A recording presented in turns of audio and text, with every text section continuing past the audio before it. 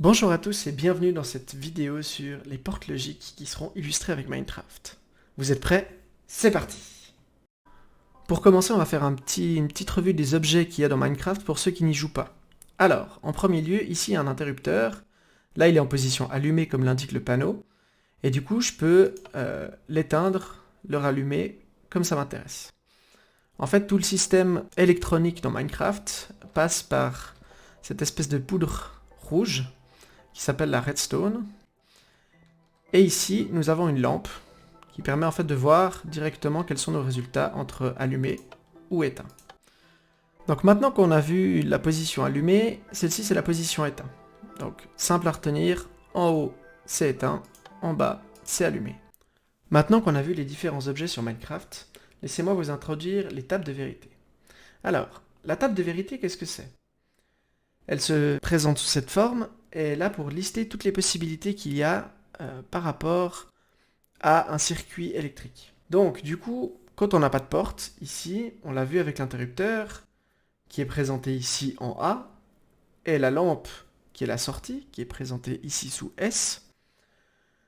Quand l'interrupteur est éteint, donc à 0 ou faux, la sortie est dans le même état.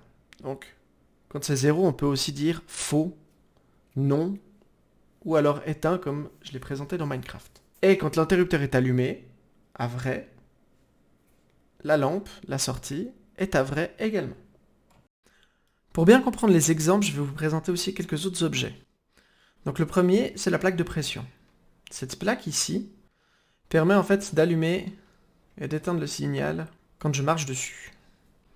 Comme autre objet important, il y a ces systèmes de pistons. Donc les pistons, quand il est éteint, il est refermé. Quand il est allumé, il pousse. Ça va être utilisé justement dans les exemples que je vais vous montrer par la suite. Rentrons maintenant dans le vif du sujet, avec la première porte logique, la porte note. La porte note, c'est une porte qui va inverser le signal. Donc là, quand mon interrupteur est en position éteinte, on voit que la lumière est allumée, et quand on est en position allumée, la lampe est éteinte. C'est simplement qu'il va passer dans une porte logique qui est ici représentée par ça, et du coup, bien que le circuit soit allumé ici on va inverser le signal, donc quand c'est allumé de ce côté, ça va être éteint de là. La table de vérité de la porte note, on peut l'illustrer comme ça. Quand l'interrupteur A est éteint, la sortie est allumée, vrai. Et quand l'interrupteur est allumé, la sortie est à faux, éteint. Alors, pour illustrer cette porte note, donc l'inverseur, je vais vous montrer en fait une petite porte qu'on peut faire, une porte cachée. Donc la porte cachée, j'appuie sur mon interrupteur, et hop, elle s'ouvre. En fait, il me faut la porte note pour que mes pistons cachent la porte, donc amènent ces blocs. Il faut que le courant passe dans les pistons. Donc par conséquent, il faut que je fasse un inverseur pour quand j'active le courant, et en inversant le courant, mes pistons se ferment. Ça permet d'avoir une porte cachée. Rentrons maintenant dans le vif du sujet avec les portes logiques un petit peu plus complexes. Quand j'entends un petit peu plus complexe, ça veut dire qu'elles ont plusieurs entrées, contrairement à la porte note qui en a qu'une qui inverse un signal simple. Ici, on se trouve devant la porte OU, qui se dit porte OR. Cette porte OU a pour but de permettre deux entrées, ou plus, et la lumière s'allume dès que l'un d'eux est enclenché. Donc, j'allume celui-là, c'est allumé, j'allume celui-là, c'est allumé, et si j'allume les deux, c'est toujours allumé. Pour qu'elle soit éteinte, il faut que les deux soient éteints. Avec la table de vérité de la porte OR, on peut justement voir que dès qu'une des entrées, A ou B, donc les deux interrupteurs, dès qu'une des deux entrées est allumée, la sortie est allumée est à vrai. Pour que la sortie soit à faux, il faut que les deux soient à faux. On passe à l'exemple de la porte OR. Donc celle-ci, imaginez vous avez une porte en fer, donc qui est actionnée que par l'électricité. Je ne peux pas aller l'ouvrir à la main, je ne peux pas l'ouvrir. Donc du coup, quand je vais sur ma plaque de pression, elle s'ouvre. Imaginez, si vous êtes là et que le bouton pression est à l'extérieur, bah vous pouvez le regarder seulement. Voilà pourquoi, si on fait la porte OR, Ça permet d'allumer des deux côtés. On arrive maintenant à la porte nord. Cette porte nord veut dire non ou. C'est not or. C'est simplement la porte ou qui est inversée. Donc pour rappel, la porte ou, il fallait qu'au moins un des interrupteurs soit allumé pour que la lampe soit allumée. Là, c'est du coup tout l'inverse. Il faut que les deux interrupteurs soient éteints, voilà, position en haut, pour que la lampe soit allumée. Si j'en active un, la lampe s'éteint. Même chose si j'active l'autre. Et si j'active les deux, la lampe reste éteinte. Le seul moyen pour avoir la lampe allumée, il faut que les deux interrupteurs soient éteints. Et voilà la table de vérité de la porte nord. Donc, pour que la sortie soit à vrai, il faut que les deux interrupteurs soient à faux. Pour l'exemple de la porte nord, on va utiliser de nouveau des pistons. Qui dit piston dit quand le courant est allumé, c'est fermé. Donc, on a besoin d'un inverseur pour enlever le courant. Là, on voit électricité sur les pistons. J'appuie sur mon interrupteur. Plus d'électricité, la porte est ouverte. Et du coup, c'est le même principe que la porte OR qu'on a vue avant. Il faut qu'on puisse ouvrir la porte depuis l'intérieur, mais aussi depuis l'extérieur. Et maintenant, la porte de AND. La porte AND veut dire « et » en français. Elle s'appelle comme ça parce que les interrupteurs, que j'en allume un, l'autre, rien ne change. La lumière reste éteinte. Il faut que les deux soient allumés pour que la lampe s'allume. Avec la table de vérité de la porte AND, on voit très clairement que les deux interrupteurs doivent être allumés pour que la sortie soit allumée.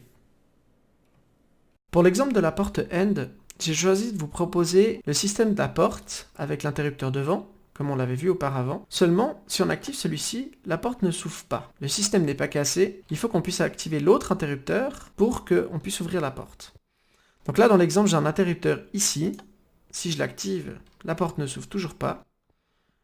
Mais si j'appuie maintenant sur la plaque de pression alors que l'interrupteur est allumé, la porte s'ouvre. Alors bien sûr, dans votre jeu Minecraft, il faudra trouver un autre moyen d'activer l'interrupteur, sinon vous ne pourrez pas rentrer dans la maison, mais c'est pour démontrer l'exemple.